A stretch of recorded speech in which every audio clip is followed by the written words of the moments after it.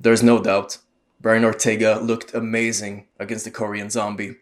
His striking was so much better than before, it surprised everyone, including Chan Sung Jung. How could T-City land so many shots? His game plan was really good all around, but the most impressive thing for Ortega in this fight was the setup game. And that's what I want to focus on in this video. We're going to take a look at Brian's most effective setups and try to understand how he could find so much success by blending all of those together effortlessly. For those of you who are not sure what a setup is, let me explain it to you real quick. A setup is when you have a variety of different techniques that start with a similar movement. For example, if you throw multiple jab feints, you set up the jab because both the jab feint and the jab start with the same movement. So when you show that particular movement later in the fight, your opponent has no way to know whether it's going to be a feint or a jab, because both techniques look the same at the beginning. They just end different. And that's basically it. Techniques that start almost identically, but end differently, for the purpose of keeping your opponent in the unknown for as long as you can.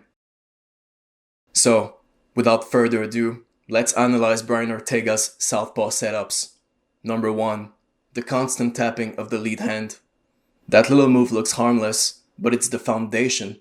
It's sometimes complemented by a little dip of the head, which we will call 1.A.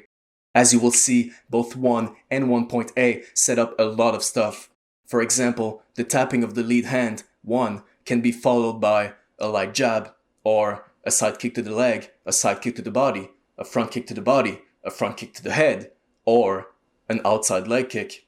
And Ortega even used that outside leg kick as a feint to make Zombie lift his leg up so he would be rooted to the spot, unable to defend the left high kick properly. The little variation of 1.A, did serve as a setup for a much more exaggerated forward dipping of the head, which we will look into later on. 1.A also set up a strong jab below Zombie's guard. That heavy jab is also a setup for some awesome techniques. Ortega used it to precede the occasional cross, or the 1-2. He also used it as a feint to take the outside foot and throw the right hook, or as a feint to dip his head further down, 2.A. Look at all the options that start with a simple extension of the lead hand. That makes it very hard for Zombie to counter, because he was never really sure what was coming.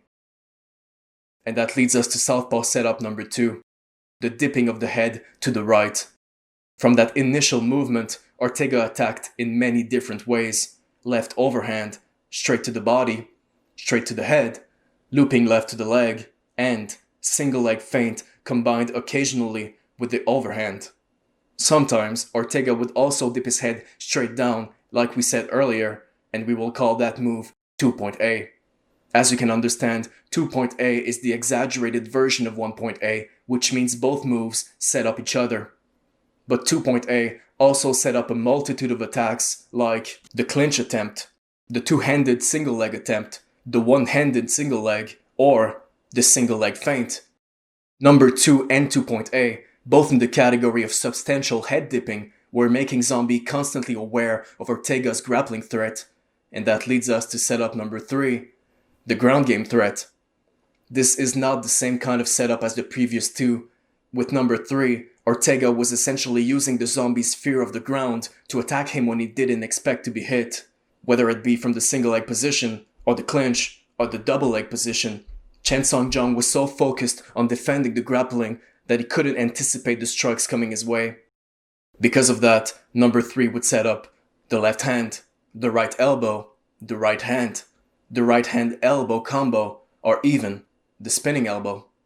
After all, Brian's jiu-jitsu is so dangerous, all of his opponents are going to do everything they can to avoid it. The best example of this is when Ortega hit Zombie with the right hand when the takedown was basically done. Chan Sung Jung never saw it coming, his mind too focused on the grappling. Number 3 would also set up the takedown feints from 2.A and number 2, and in some indirect way, it would also set up number 4, which we will talk about right now. Number 4 represents the spinning elbow setup. Because Brian was having so much southpaw success, Zombie would blitz him when he was orthodox, and Ortega saw that. At that specific moment in the second round, he saw the golden opportunity he needed. Zombie throws the left hook, misses, and there it is. Chan Sung Jung is way too worried about the takedown, not worried at all about the punches. But there's a worrisome strike he doesn't expect. T-City possesses the surprise effect. A few seconds later, the Korean Zombie dives forward, throwing the left hook. Ortega dips his head. There's no way for the Zombie to know what's ahead. Too many possibilities. But the takedown still, he worries. The hands are low, Bryan's in the flow, and before you know, he spins, he connects, and intercepts. Only temporarily, Bryan can't be eaten by the Zombie. Bryan Ortega showed so many setups and so many variations against Chan Sung Jung, but the most impressive thing was not the amount of possibilities or attacks or the numbers. It's how he blended them all together. Everything was a setup for everything. Every technique was hidden by a possible feint. Every feint could become anything. Zombie would never really know what was coming. Take a second to look at the different setups that Bryan used in this fight. I want you to remember that all of those attacks were mixed together like they were the same.